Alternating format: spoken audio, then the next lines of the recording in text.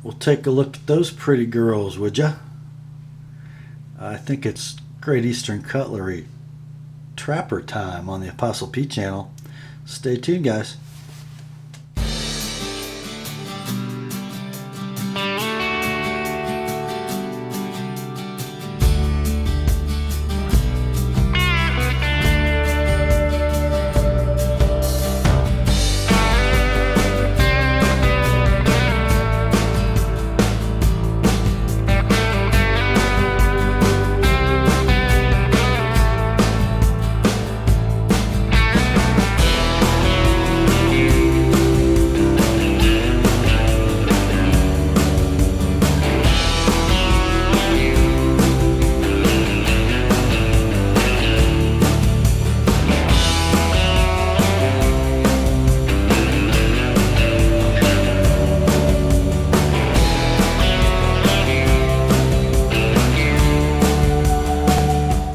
Hi gang, Rob here. It's the evening of 1 May 2014, coming to you tonight with our Traditional Knives Anthology 2.0. Our first video in the series specifically about a knife, in this case a pair of knives, both number 73 cartridge or bullet trappers from Great Eastern Cutlery. And the reason we're starting with these is because they were the 73 was one of the first two patterns built by Great Eastern Cutlery back in 2006 when they built those 1,500 knives between August 1st and the end of December, their first year of production. And one thing before we get started, something we left out of the introduction video, we talked a lot about Bill Howard, the owner of GEC. We didn't talk about Ken Daniels. Ken and Bill were both employees of Queen Cutlery before the foundation of Great Eastern Cutlery, and Ken was obviously one of the two founders of GEC. He has since, I think in late 2011, sold his interest in GEC, and he purchased Queen Cutlery from Servotronics, a large military hardware electronics supplier for years and years and years. Not cutlery people. They've owned Queen for quite a while. Quality of Queen Cutlery has come and gone over the years, and we think that with Ken at the helm and the Daniels family of Queen, their sort of peaks and valleys in quality might become a thing of the past. However, in the 2 years or so that the Danielses have owned Queen, they saw an immediate uptick in quality, and lately it's starting to get a little spotty again, so we're not quite sure what's going on there. We certainly wish them the best and hope they get a stable workforce in there and maybe get a new generation of cutlers who really care about their work and continue on the craft. But anyway,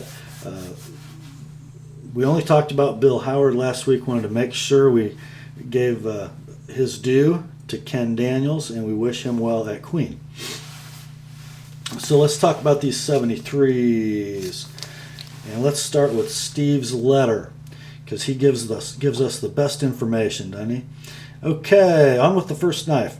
Brother, did I ever luck up on this one. About Thanksgiving of last year, it's the 73 frame Northfield 2-blade bullet trapper in primitive bone. That's this knife, fellas.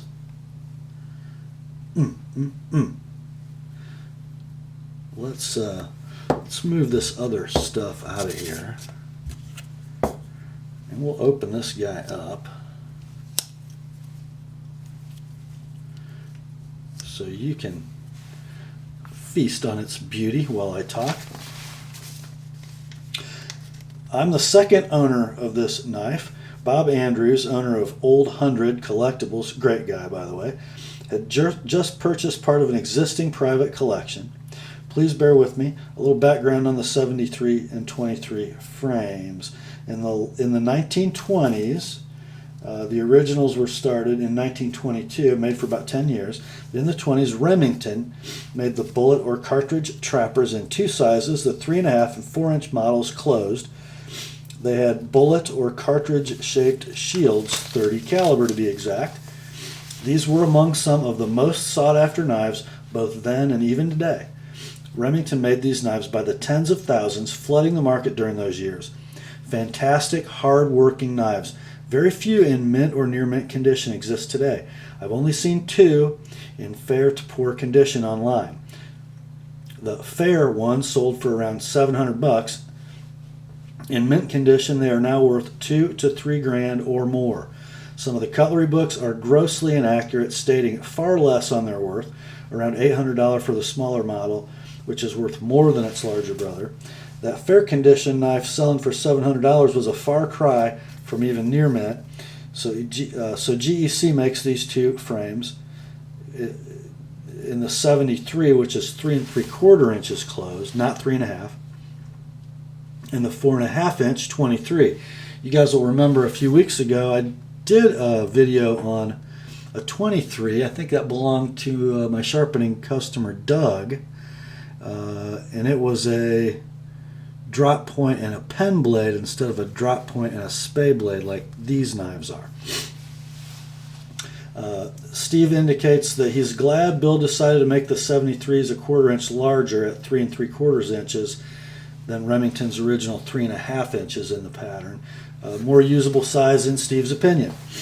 So everything about them are very close to the originals. So talking specifically about this creamy colored primitive bone knife, this knife is very special. Made in 2006 but released in early 07. And he wants me to read the back of the tube. So let's, I don't know if I can read this through the viewfinder. I cannot. You guys are going to have to continue looking at the knife. Okay. The Northfield Unexcelled brand Primitive Bone. A colonial American farm recently celebrated its 200th anniversary. While clearing the grounds in preparation for the celebration, a cattle graveyard was discovered. Cattle skeletons had been accumulated in a common area for many years. The bones were gathered together in a sizable pile. Craftsmen at Great Eastern Cutlery perceived the possible value of these primitive bones and obtained some samples for prototypes. The bones were in a state of natural deterioration, showing severe age and weathering. Special processes were designed and utilized at Great Eastern Cutlery to prepare the primitive bone for knife handles and for assembly to pocket knife liners. The finished and polished knife handles, as much as 60 years old, have a unique character and coloration that only can be achieved by the many years of aging and natural weathering. Great Eastern Cutlery was able to obtain the primitive bones and will use them for a series of highly collectible Northfield branded serialized knives. Serialized knives, very important to our story as it goes along. This obviously had never been done before, at least from a production standpoint, in history. You are looking at the very first of any primitive bone handled knife made by GEC. To clarify, note the engraving on the spay blade, very close to the tang stamp. There it is. Can you guys see that? It says 1-36. These first 36 were the test knives to see if people would like them. And they sure did. So later in 07, GEC made 349 more with only the front bolster like this knife. But the key differences are the first 36 test knives are the only one with that special engraving on the blade. The main run of 349 all have a serial number on the bolster. This is also the single largest run of serialized GEC knives, all sold out. The main run was also listed in GEC's 2007 production totals. The 36 test knives were not. So the question is, does 1-36 actually mean this is the very first knife? Bob Andrews made a very valid point. He's the previous owner of this knife. On rare occasions for rare and special knives, GEC did in fact have that engraving on the blade in a sequence. Example 1-36, 2-36, etc. And we have seen this on several of these annual runs, the rendezvous knives. They've done that very thing. So it is entirely possible that this is the very first knife produced by Great Eastern Cutlery. It'd be nice to know if somebody there could tell us for sure.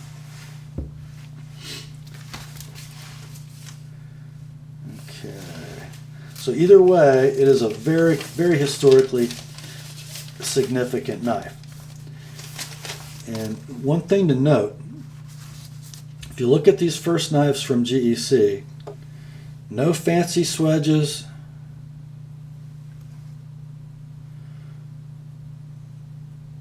no special grinds on these knives. The drop point, you can see, just has a very small sort of rounded swedge.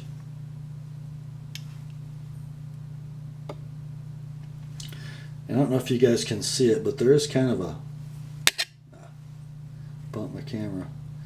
There's a little bit of a flaw in the spine of the spade blade.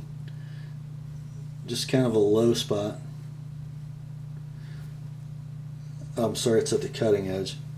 I actually had well, you guys remember, if you watched my Madison Barlow videos, the first one I had in the autumn gold jig bone had a pretty big dent in the blade.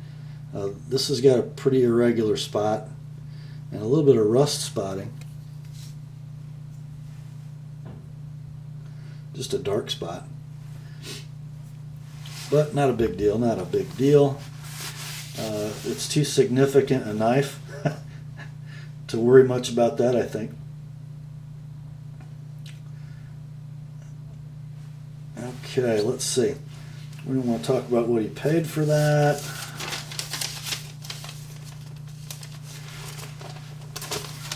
And let's bring out now the other number 73 and look at some of the differences, shall we?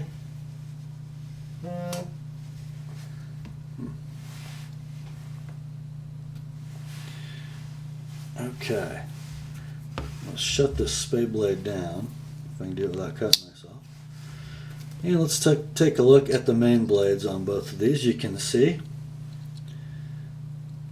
finish quality got a little more polished on this 2012 version of the bullet or cartridge trapper. Maybe a little better looking. The laser etching on the blade changed a little bit. I kind of think I prefer the old one better. What about you guys? Swedge got a little more pronounced, and we went to a long pull instead of a small nail neck.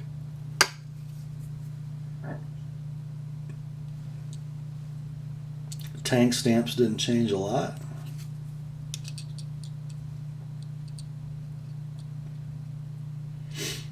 We did add the back bolster, and you know, I guess to each his own on that. I guess I'm more of a butt bolster guy than a bare butt guy. Don't want to come in the middle of that conversation, do you? Kind of want to look at back spring tension. Guess I would say that hasn't changed a lot. Half stops both ways. About the same. Now let's take a look at the spade blades. Ooh, my. That pull is insane, guys.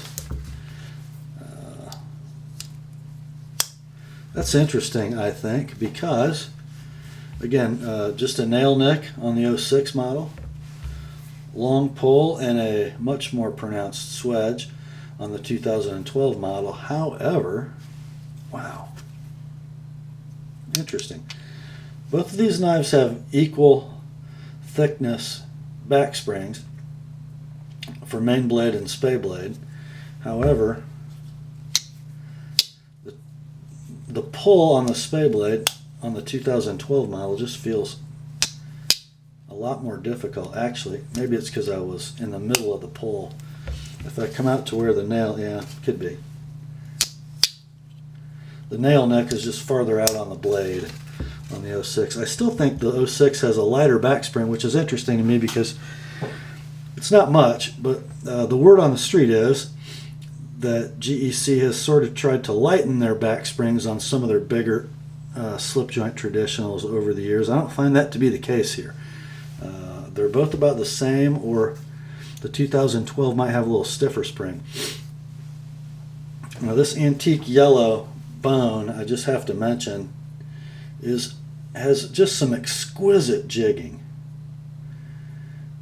It's super consistent. It's on sort of a bias, going a little bit diagonally. The transitions are very good for such a big knife. Still has a little grab at the corners, but so nicely done. Great in hand. That drop point is just exquisite. What do you guys think about the swedge? I really kind of like this new swedge, which didn't start to be applied to GEC knives until sometime in 2008. So after a couple years of production. Here's some noteworthy information on the number 73 knives from Steve. If you guys are interested in these, if you like them. We think as of the beginning of May 2014, Greg Holmes at TSA Knives still has the prototype for about $150 on his website, and then Mike Latham at CollectorKnives.net still has serialized numbered versions for $102. We also think that Bob Andrews, again of Old 100 Collectibles, and Barry Johnson of Gunstock Jacks each have one apiece unserialized number 73 for a few bucks less than that. So if you hunt, there might be still a new in tube number 73 available for under $100 maybe.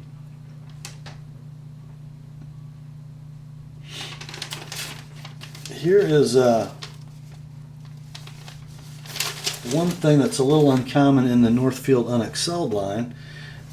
Generally, the Northfields come in mirror polished blades, but in the 73 bullet or cartridge trapper, it is like a Tidiute blade, the satin finish. And actually, many of the Northfields have this, which I wasn't aware of because the first couple I've bought have been the high polished. So that's kind of hit and miss.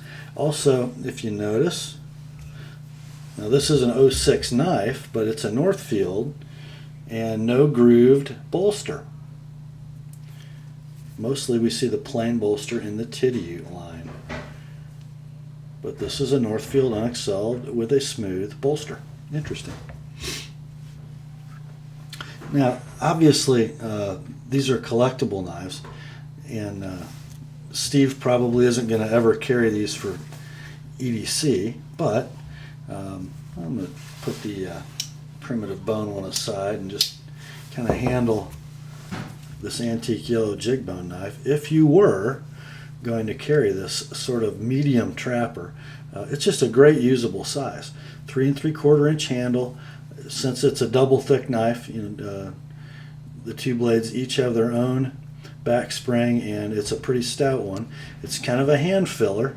A lot of guys, including me, don't necessarily prefer multi-bladed knives for users because this sharp corner, the back of the tang of the closed blade, does kind of get the index finger if you're not careful.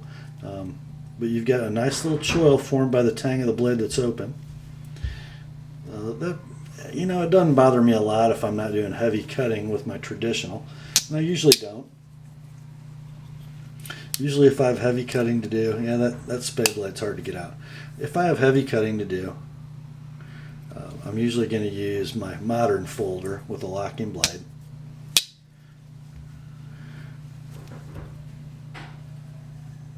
I don't necessarily myself, for a user, gravitate for these sort of largish, heavy springed traditionals. My American Jack, number 78, is about the heaviest spring I care to operate.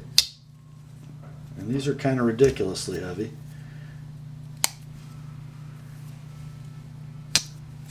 That might be easier if I open it that way. Yeah. I'm so used to this, guys, because I'm a lefty. Opening a main blade up, because I hold the knife in my left hand open with my right thumbnail. The more standard way to open a pocket knife, of course, would be in the downward direction. And if I open the spay blade that way, that's still difficult. I thought I might get a little easier, but that spring is bare, guys. But what a robust, beautiful knife that is. And in this 2012 model, we do have a certificate of authenticity which comes with serialized GEC knives, as you can see. Number 15 of 25 in this case. And that number 15 also engraved on the front bolster.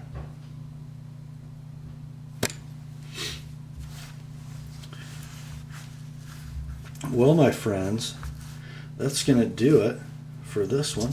Got a little more history of Great Eastern Cutlery in. Got to give Ken Daniels his props in this traditional knives anthology. And with that, we're going to say goodnight. Grace to you and peace, my friends, from God our Father and the Lord Jesus Christ. And remember, the word is sharp.